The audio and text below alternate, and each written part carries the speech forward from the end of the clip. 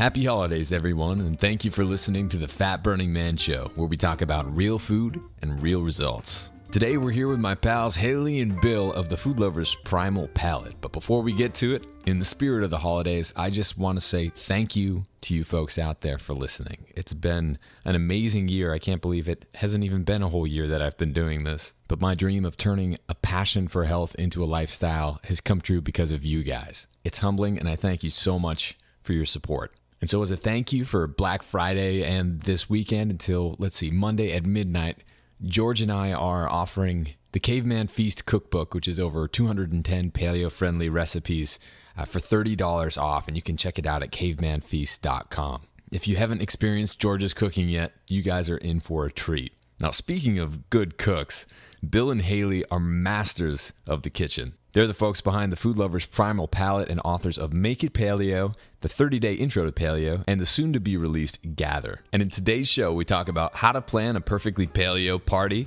how you can get confidence in the kitchen, how to source healthy, fresh foods in unfamiliar places, how being sore after deadlifts led to love at first sight, and why you should eat fish heads. All right, let's go hang out with Bill and Hayley.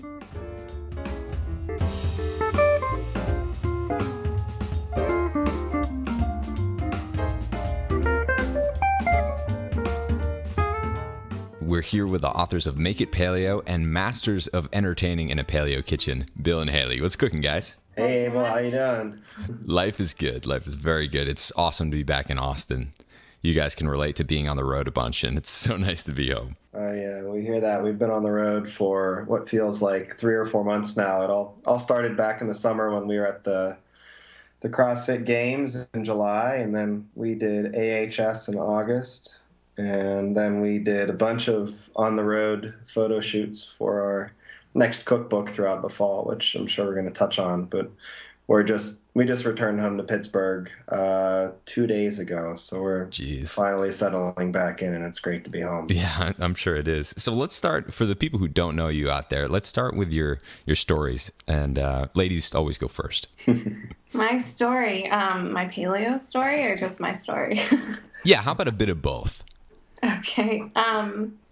So my paleo story is that all throughout probably high school and my early 20s, which weren't too long ago, I really had a hard time kind of figuring out a way of eating that worked for me, and my weight bounced around a bunch, and I went through a lot of fad diets in high school, and being in high school, I obviously didn't really understand how to convert a fad diet into a then sustainable, healthy lifestyle. Right.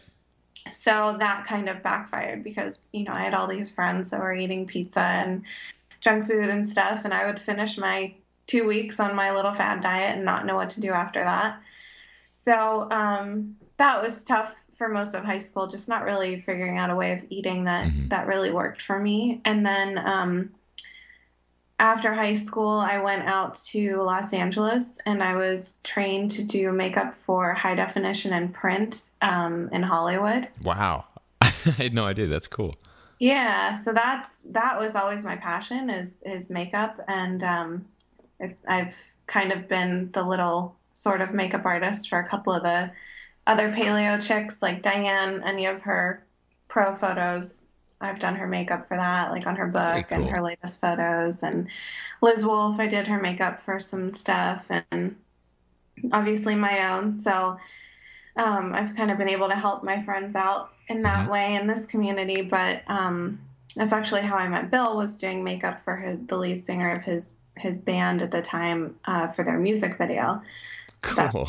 A whole different story. So makeup was my first passion, and I was always into food and nutrition and trying to figure out what worked for me. And so I went from Los Angeles to New York and shadowed a medical esthetician, and that was how I found my favorite mineral makeup line, which is called Jane Iredale. And I talked about this on the Paleo Parents podcast. It's a really great mineral line that works well with skin and doesn't cause any bad irritation or breakouts, and it photographs really well. So that's a product that I've used for a long time, and So I got into skincare, and then I came back home to Pittsburgh and got my skincare license, and I was doing some skincare in Pittsburgh. And around that time, I got into yoga, and then from yoga, I got into a vegetarian diet. That failed miserably. I found out that I had thyroid problems. Yeah. And I think it all kind of sparked from overconsumption of soy, and I just could not lose weight. I couldn't figure out like why I couldn't lose weight. And I just recently posted about my thyroid not too long ago, because around the time of Paleo FX, I found out that my thyroid was slow again, because after going paleo, I had felt so good. I thought that I had fixed my thyroid. I didn't understand that thyroid hormone is not something that you can wean yourself off of. It's a hormone that your body can't make properly, and it's really important to stay on that hormone. So I took myself off of it, and I was okay for a little while. And Paleo FX was probably the worst of it all. I felt so horrible. And so I did a big post about that. And in the post, I talked about how I went from the vegetarian diet, and I started my thyroid while I was vegetarian. I started on Armour Thyroid. Okay. And it was okay for a little while, and then I started gaining weight again. I couldn't figure out why. And now I know it's probably from all of the soy that I was eating, but and not to mention the grains. So I did the HCG diet, and I lost a ton of weight, like turned into someone I didn't even recognize. And the follow-up diet to the HCG diet is for a few weeks, you're supposed to eat protein, animal protein, non-starchy vegetables, and healthy fats. So it was paleo. Yeah. And from that, I found out that my cousin, my mom's cousin, had been doing paleo for a while, and he was in for Thanksgiving, and we sat down and talked, and he was like, this is what the paleo diet is, and this is why I eat the way that I do. And it all just really clicked with me. And I was like, wow, like I'm maintaining my weight loss. I feel really good. I was sold. I was totally sold. Everything about it made sense to me. And I was kind of paleo, kind of not, and up until I met Bill. I would eat mostly paleo and then have, regular treats like gluten treats and stuff. And yeah. Once Bill and I started dating and we decided to go full on with the paleo thing together, then I gave it all up and have never really looked back. So good for you. That's awesome. There are definitely a lot of parallels there, aside from the makeup part, with my journey being vegetarian. And I had thyroid problems for a long time. My body temperature was like 95, 96. It runs in the family. And I know what you mean when you say that you felt miserable. It's like, it's so hard to describe. Yeah. I mean, we got back from Paleo FX and I couldn't get off the couch. And this was after like, I couldn't lose weight, which was so crazy. And then I just was feeling so horrible, and I got really depressed, and it was just, I basically had every single symptom you can imagine of low thyroid. And it wasn't until I heard Nora Gagaudas speak at Paleo FX that I figured it out. And Bill and I kind of looked at each other and we were like, oh my goodness, this is what's going on. Wow. It's so great that she kind of opened your eyes to that. Yeah, it was really great. And I started back on my Armour Thyroid and changed my diet a little bit. And that was in April. And I have felt really good ever since. It's just kind of kept getting better. So that definitely probably is the reason why we were able to start on another book. Because if I was not feeling the way I am now, then I'd really be suffering. Yeah. Starting on another book. I think it also, just to take a momentary sidebar, I think it also really underscores the importance for people to attend conferences like Paleo FX and AHF, because, we consider ourselves to be pretty plugged into the community. We read a ton. We're always talking to one another. I mean, Diane is like one of our best friends, and she basically wrote the book on paleo.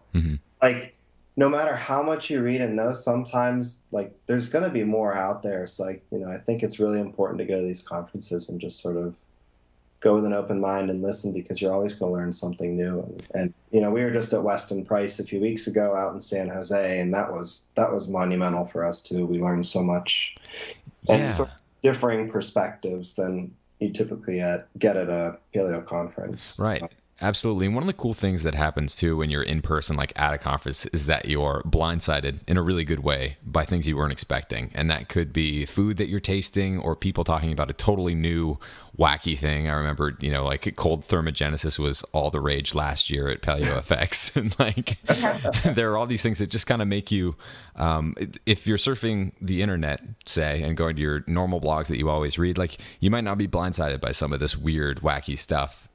That's kind of new in this world. So it's cool to have that kind of be thrust upon you, because then you have to re-examine your own situation and kind of look at these new interesting things. Yeah, totally. Yeah, it's definitely a defining moment in both of our paleo journeys when we were at Paleo FX. I mean, we learned, you know, all the things about the thyroid stuff that was going on with Hayley, and that was really when things started to click into place for me, figuring out some of the digestive things that I had going on too. Yeah. So, Bill, why don't you go into your story as well as some of the issues that you just kind of touched upon? Sure. So, I mean, I grew up in a family where we basically ate dinners together and had home-cooked meals 6 or 7 nights a week. I mean, it was really focused on cooking, and that's where my passion came from. You know, early on, my mom always had me in the kitchen, and I was helping her cook. And I wouldn't say it was like healthy per se, but just by way of being home cooked, it was probably better than 95% of most other Americans out there. Right. So kind of had a leg up on that. When I was growing up, I always was sort of envious of like guys that were like built and obviously worked out, but I was always a little bit too scared to get in the gym and mess something up. So I didn't really start working out until I kind of dabbled in it a little bit in college.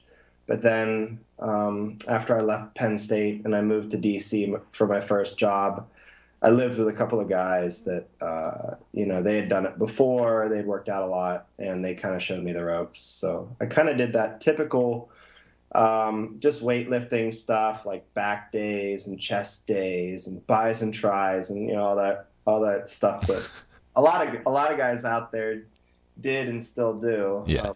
Nothing against it. I mean, I loved it and enjoyed it, and it kind of gave me a foundation for appreciating health and wellness and physical fitness. Mm-hmm.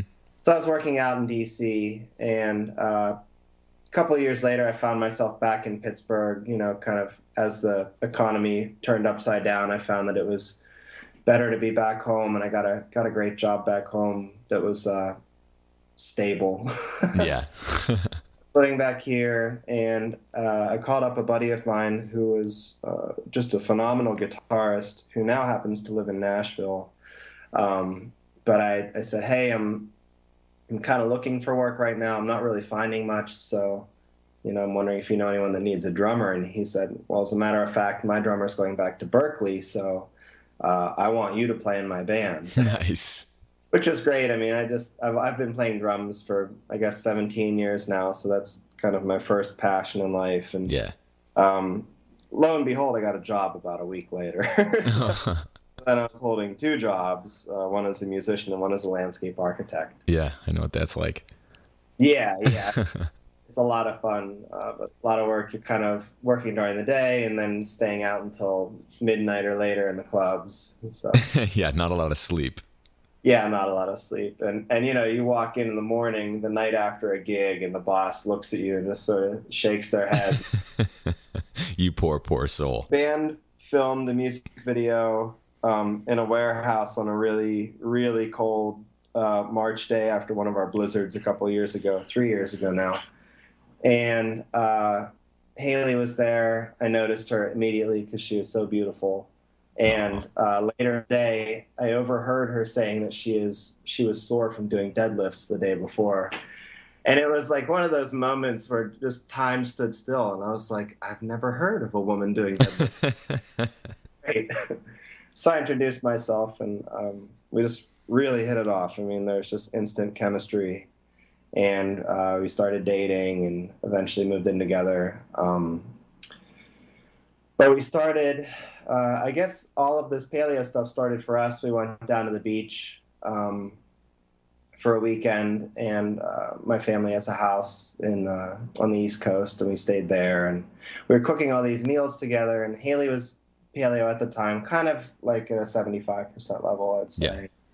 And I was actually a little bit worried about doing it because I knew that you could lose weight doing it. And, here I was coming from this perspective of I had spent so many years trying to put on weight, Right. like muscle, and I was like, I don't want to lose it all.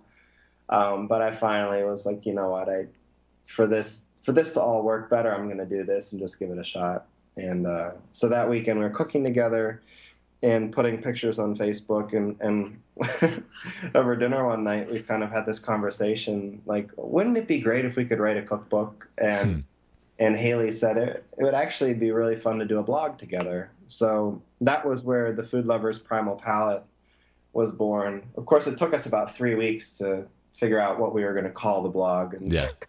it was a lot easier than figuring out what we were going to call it. My mom came up with the name, actually. Really? Yeah, it was really funny. She was like, you need to call it the Food Lovers something something. And I was like, okay. Thanks, Mom. She was like, it's such a, my mom's an English teacher, and she was like, it's such a play on words because you two are dating. And I was like, oh, we're going to look like such dorks. And it's funny now because it's such a mouthful, and we've kind of gone through a little bit of a rebranding. Like, our website now is called The Food Lovers Kitchen, and some people call us Primal Palate. Some people call us The Food Lovers. Some people call us PP. No. Wow. So anyway, I mean, I think most of the people, well, maybe not everyone knows the story after that. We started blogging together, and our first big break, I would say, was when Mark Sisson gave us some link love about 4 months after we started for a little dessert recipe. And about 9 months after we started blogging, which is just the blink of an eye in retrospect, we got contacted by Victory Belt. And Victory Belt is the publishing house that's done all the big names in paleo. At the time, they had done Rob Wolf's The Paleo Solution and Sarah Fergoso's Everyday Paleo. Mm-hmm. Those were really the only two books that were out from them at the time. So, looking back, and I guess the third one that released in the meantime was Paleo Comfort Foods. But when our book, Make It Paleo, released, it was really like the fourth paleo-centric book, like the third cookbook, and really one of the first books out there. And now a year later, there's just a million of them. But, yeah, it's exploded. Did you say a year later? Is that right? Yeah, it's already been... Oh, my gosh. It's already been 13 months since we released that book. And I know people are hungry for us to release another one, but it's, you look back and the book was 450 pages. I mean, it was just a real opus of paleo recipes. So we wanted to take time to really develop the next book strategically. I mean, we didn't just put one out for the sake of putting one out. So we took almost a year off and just learned so much more about our own style of cooking, and really approached it as something that would be a big step forward from where we left off. That's great. So why don't we naturally talk about that a little bit? We talked briefly before the call about what you guys are doing, but I think it's a great idea putting this entertaining type cookbook together. So tell the folks a little bit about that. So if you look in the back of Make It Paleo, we end with a bunch of menus. Because one of the things that people really struggle with is they're like, okay, I can do this on my own, but if I'm having people over, how do I stay paleo and not have my friends think, what the heck are you eating? Yeah. Because getting friends and family on board is one of the most difficult parts of this way of eating, because friends and family just really, really resist it. I don't know what it is, but if they hear it from someone else, they're probably all into it. But if they hear it from you, they're like, forget about it. Yeah, it's totally true. It's like instant suspicion. Yeah. Possibly be right. Yeah. So we ended Make It Paleo with a bunch of menu spreads. And when we turned in the book, we were like, okay, an entertaining book is going to be the next book. No one's done that. It's going to be really fun and exciting. And we just thought it would be a really great book. And one of our favorite cookbooks that's super inspirational to us is the Williams-Sonoma entertaining book. Mm-hmm. That was really the book that made us want to do an entertaining book. We love the layout and the photos, and it's just a really powerful book. It's, big, and we just were really, really inspired by this book. So we knew we weren't going to start on another book for at least almost a year after turning in Make It Paleo. But last year we were doing Thanksgiving with my family, and we knew we wanted to do this book. So we thought, you know what the heck, we're going to do Thanksgiving and photograph it. Like, we knew that my family would let us kind of run the show and cook a lot of dishes and not get upset about it. So we really took advantage of that. And my aunt and uncle had a beautiful dining room and a beautiful kitchen. And we just figured, might as well take advantage of this opportunity. So we made some new Thanksgiving recipes and made a new roasted turkey recipe, and we photographed everything, and it all turned out really well. And then several months later, we decided to actually go through with the book. And so, we're really glad we were able to use it, use that stuff this time around. So that was kind of our preparation for doing the book, as we did a Thanksgiving last year and then kind of set it all aside and didn't know when we were going to start the book. And it ended up working out. Wow. Awesome. And now you've been traveling all around, cooking in other people's kitchens and churning out these spreads. We don't have a staff like Martha Stewart. It's just us. So it's been really, really difficult. And we've had a lot of challenges that were unexpected. We just thought photographing a whole group of recipes together in one shot would be challenging enough, but there's been a bunch of things that have popped up that we didn't expect, like family members getting really attached to the book and making it something other than a project, which was interesting. Not really being able to distinguish that this was us working and not us just actually entertaining. So right.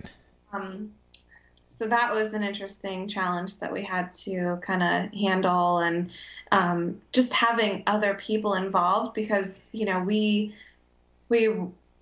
didn't shoot one. I think there was one spread that we shot in the same home, two different menus that we shot in the same home, and that was only one home out of all of the different homes that we photographed in. And we've really, we've had to ask people if we can photograph in their home, cook in their home, and photograph, and everyone has been really, really generous with us. Yeah. But it's just a whole different dynamic involving other people, and people don't really understand what we're doing. And so that's been really, really challenging. And not to mention, just we'll spend weeks shopping for one menu spread. Really? And food, and it's just been absolutely crazy. But at the same time, it's also been a really cool opportunity, because many of the people we've been working with and shooting in their homes, like they might not be familiar with paleo, but they're friends and family, and it's been a really neat opportunity to educate people about what we do and to show them that the diet isn't weird and that the food is delicious. There was one where Diane was with us. It was we were actually making Chinese food for the book, and that shoot was just amazing. Like, we made the best paleo version of General Tso's chicken I think you could possibly imagine. Like, we must have spent the entire week, like just 1 week, developing that one recipe, and it was so wow. cool. But the people we were eating dinner with, they were the only people that we had not met before going to their home. The thing that was weird Really? about it was like a friend of Hayley's mom, and then it was a friend of his who had just done a new kitchen, and then friends of theirs. So there was almost 4 degrees of separation. Whoa. Some of the people around the table. It was really awkward. Yeah, it was crazy. But they were all really excited to have us there cooking. And one of the guys said, so this is kind of like a Tupperware party. And kind of get people on board. And we were like, well, not exactly. But now that you say it that way, I guess it kind of is. That's hilarious. Seemed that way. Yeah. So if you guys ever need a few extra bucks. So how many people are these typically for, these feasts? I mean, it kind of varies anywhere from, there's a few more intimate ones that are like for 4 or 6 people.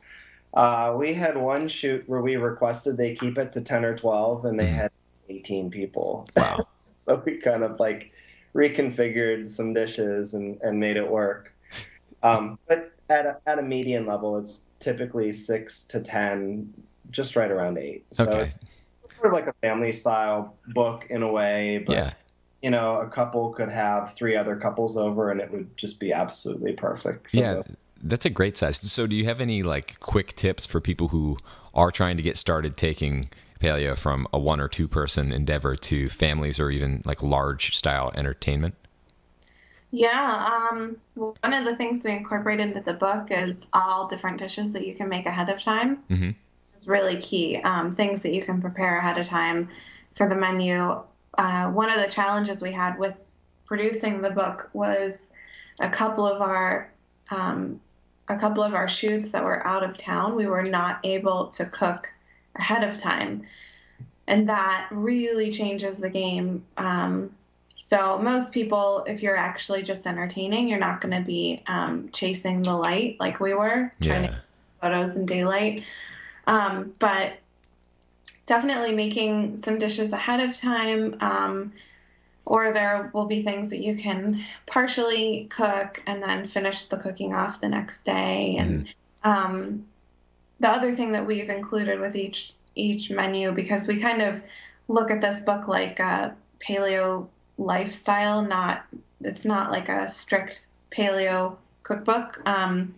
So we have desserts with almost every menu. Mm-hmm.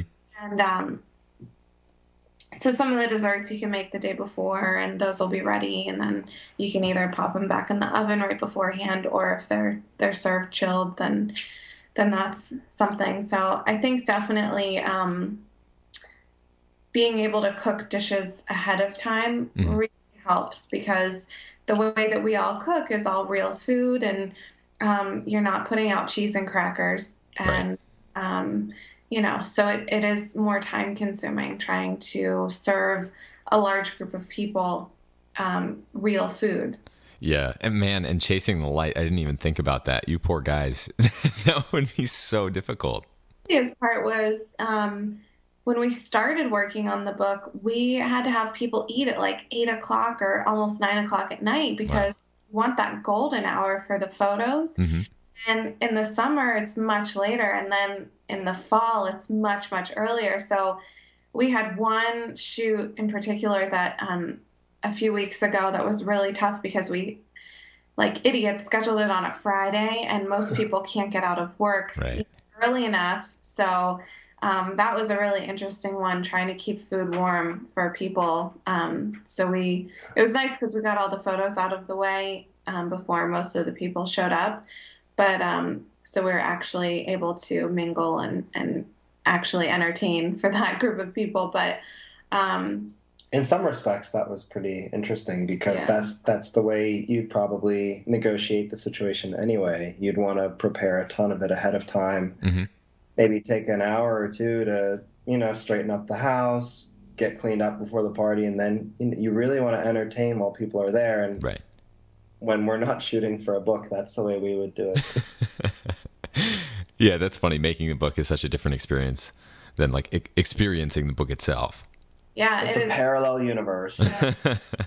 Yep, it absolutely is. The other thing that we incorporate into this book is, with each recipe, there's some, or with each menu, there's some recipes that are a little more time consuming or more advanced, and then there's simple recipes, because that's another thing that you want to incorporate into entertaining is you don't want to be slaving away at all of these really intense recipes. You want a few here and there that are just a couple of ingredients, and then some that are more ingredients or more skill to make, and that way you have a nice balance of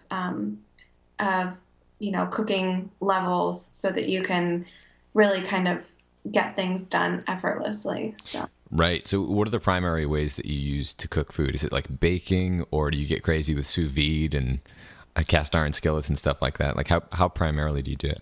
We have used everything except for a sous vide. We have not used a sous vide yet, but we bake in the oven, we slow cook in the crock pot, we grill, we saute on the stove. We did one of our menus was done in an apartment, so that was something that we wanted to incorporate into the book also, is showing people how to serve a dinner for a group of people cooking out of an apartment. So that was the neat one. It was mostly stovetop cooking, and it worked out really well. So yeah, we've pretty much done all different types of cooking methods. We actually just got a pressure cooker after being at Nom Nom Paleo's house. She loves pressure cooker, and it helped us get a few dishes done pretty quickly. And I don't think it's something that I'll be using all the time, but it definitely is helpful here and there. Yeah, that's definitely a cool thing to have in your kitchen. I've only used one once, I think, and it totally freaked me out. But it's amazing, like you were saying, cooking in an apartment, it's not like you can't do it. And it's amazing when you don't have the options of all these fancy things, or even a crock pot for that matter. You really can make pretty great food. Like I was, like a lot of people out there already know, I've been on the road for the past 4 months, and we've been cooking out of a van, and pretty much it had 2 burners. But before I bought the thing, I didn't realize that they have an on and an off switch, and that's it. Like, you can't adjust the flame. So we're literally cooking eggs by taking the skillet and like lifting it above the flame so that we cook it more slowly. And we were pretty much using one skillet at a time. And you know what? Like, some things took longer to make, but pretty much all the food was delicious. Like, there weren't, the only thing that backfired was when one of us would shut the door, the top of the stove would like fall onto the stove and just like spill whatever was cooking at the time. So it's always an adventure in the kitchen, but like some people complain that their kitchen isn't good enough or big enough or new enough or whatever. So I'm glad that you guys have an example of cooking under, kind of humble circumstances. Yeah, we got some feedback from Make It Paleo from some people that were just apartment dwellers, and we've both been there too, and we really took it to heart and wanted to create diverse options in this book for everyone, not just people working out of gourmet kitchens, because even our kitchen here, even though it's well equipped, it's not a gourmet kitchen by any means. Yeah.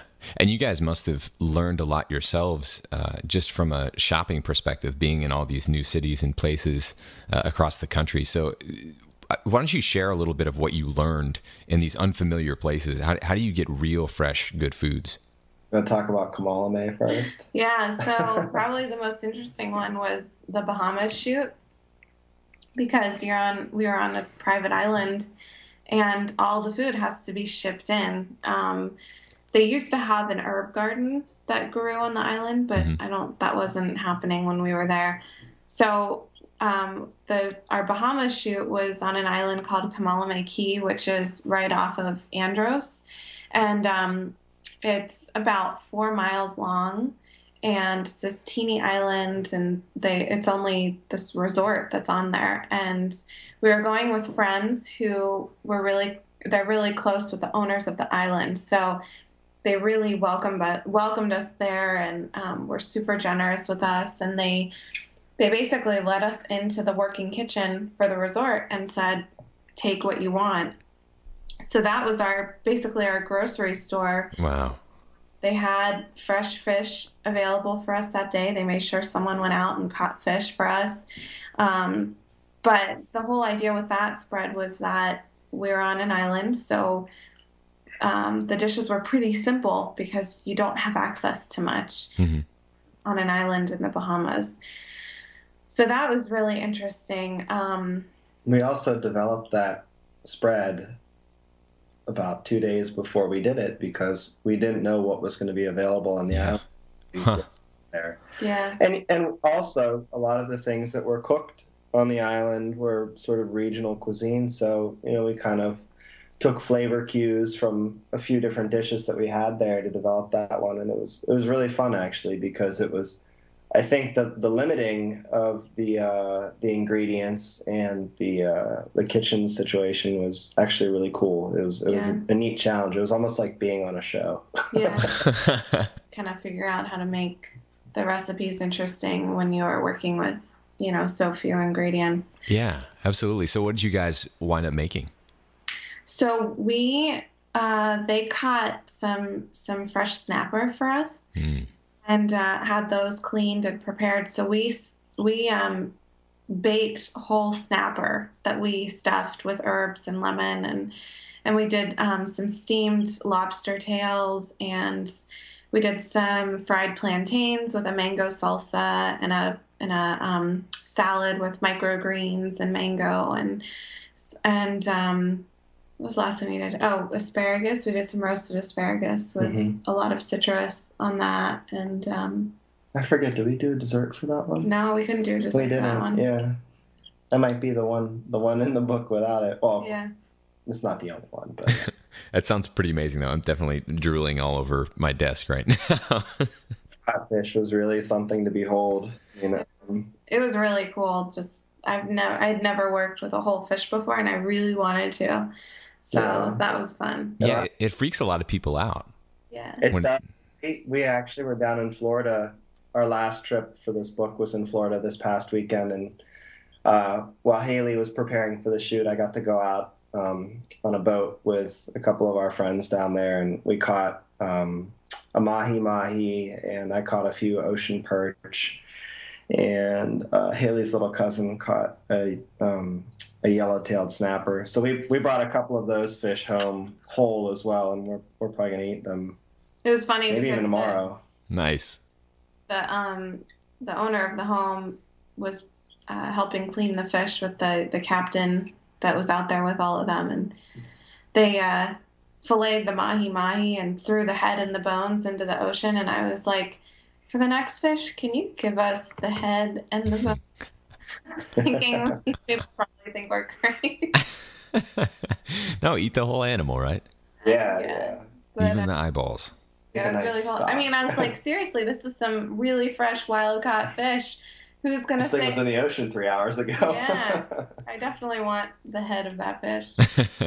That's super cool. So we're almost out of time, but before you go, why don't you talk about just some advice? I know so many people have trouble getting started with this lifestyle because a big part of it is actually learning how to cook and learning to enjoy your time in the kitchen. So do you have any tips for people just getting started or people who have tried and kind of failed in their own minds in the kitchen? Yeah, as far as just getting started, I think one of the biggest things, and I say this a lot, and it's just really kind of taking it day by day and not getting too overwhelmed with all of the information. We have grown and learned so much just by being in the community. And when I first started paleo, I would have never thought that I would be eating organ meats and drinking fish heads. Totally. Exactly. And now I love all that weird stuff, and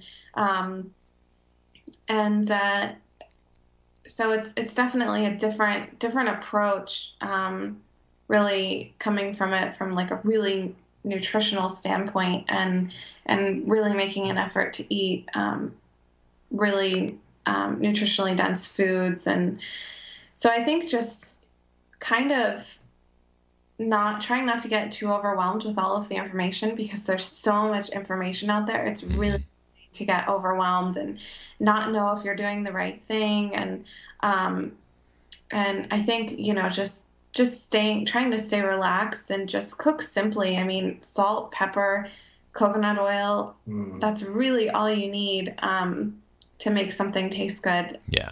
Especially when you're cooking with whole, real foods. there's so many times when we'll cook for people and they'll be like, what is on this? And I'll say, salt and pepper. Yeah. Because there's so much natural flavor in fresh, good, high quality foods. So basically start with bacon and eggs, and you can always move up to entertaining 18 people and taking photo shoots later.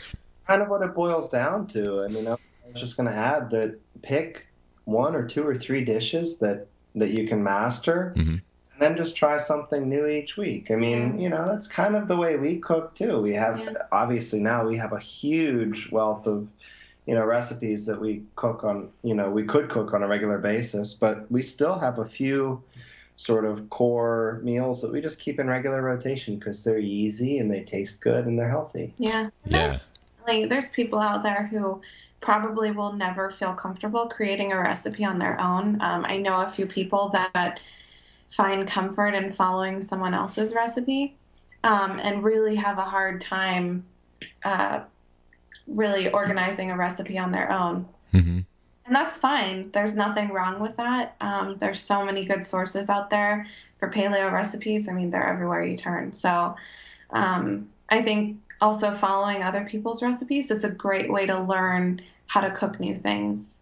Yeah, absolutely. And I love your advice about, starting simply with just a handful of recipes, because it really gives you confidence. Once you can nail making one thing, like making the perfect omelet, you know how to do it. Then you can kind of branch off and start making more advanced things and kind of add to your repertoire. Totally. That's exactly right. Yeah. Cool. So, before we go, why don't you tell the folks out there, I know you're working on your new book. It's called Gather. Is that correct? Yeah. Yeah. And it's due out in April of 2013? Late April. Yep. Awesome. Well, you guys have your work cut out for you. What else are you working on, and where else can people find you? Yeah, we've got a ton of stuff going on, so get your pens and pencils out. I know, Abel, you're going to put the website in the link below. So when you visit our homepage, there's a lot of information right there off the bat. We have a free iPhone and Android app. It's called My Kitchen, and that's a great way for anyone to take our recipes with them anywhere they go. It's like a light version of our website where you can browse the recipes. You can tag your favorites, your favorite recipes, and save them, and then access them really easily. And you can also put them into a very basic meal planner on there, and then create shopping lists. So that's really helpful if you're in the grocery store and say you do want to come up with a menu with 3 or 4 different recipes. You can tag them, put them into a shopping list, and then get all the ingredients you need. So that's called My Kitchen, and it's free. Super cool. We have a 30-day guide to paleo. It's an ebook right now, and we're actually working on that as a hard copy for book number 3, but that won't be out until June, and we've been developing all new recipes for that. Cool. This ebook, we've periodically will do like a 30-day challenge where we'll do it along with people, and we're actually gearing up to start that the day after Thanksgiving. So if you're listening to this now and it's the day after Thanksgiving, we're starting today. You can find information about that on our Facebook page. We're facebook.com/thefoodlovers. What else is going on? So we've got 2 books and the ebook and the app. That's pretty much it. And we're working on website projects all the time. Our website is still under construction, sort of. So your awesome website, you mean? Yeah. Totally useful right now, but we're always adding to it. So right now we're adding a meal planner to it so people can do the same things that are on the app. And those 2 platforms communicate with each other. So anything you tag on our website will go to the app and vice versa. And the thing that we're working on for the new year, which we think is going to be really cool, is that people will be able to add their own recipes to our website, and then they'll show up on the app. They'll have the nutritional data. They'll show up in the meal planners. So we feel like that's going to be a really powerful sort of it'll be a nice resource for people who maybe want to share their own recipes that don't have the time or desire to start their own blog.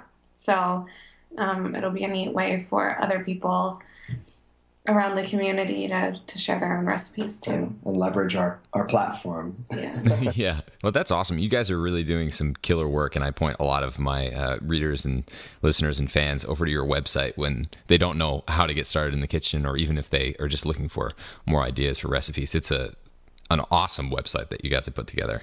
So kudos to you. Well, thank you so much. Yeah, absolutely. So we're out of time, but next time you guys are in Austin, you're free to cook in my kitchen as much as you'd like. And also, I'm actually I'm sitting right next to an electronic drum set, so we'll have to jam too. Ooh, are they V drums? DM6, I think is what it is. And I got my guitar amp and guitar and djembe right next to it, and a piano too, so we can all just have a rockin' party and dinner. Nice. I'll bring my sticks next time I come to town. Nice. We'll have George over too. He can make dessert. Yeah. Right. All right, you guys, thank you so much. No, Thank you. the pleasure is ours. Thank you for having us. Cool. Cheers.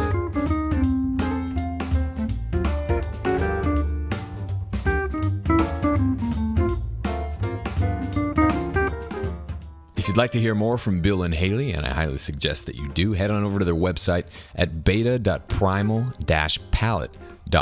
And be sure to check out their My Kitchen app, which is just tremendously put together. I know they put a lot of time and effort into making it, and it's totally free, so go check it out at their website. Just a quick reminder, we're doing a 72-hour Black Friday, Cyber Monday sale on Caveman Feast, over 210 recipes from George at Civilized Caveman that we put together a little while back. So if you want to check that out, head on over to cavemanfeast.com. Happy holidays, everyone, and I'll be talking to you soon. Cheers!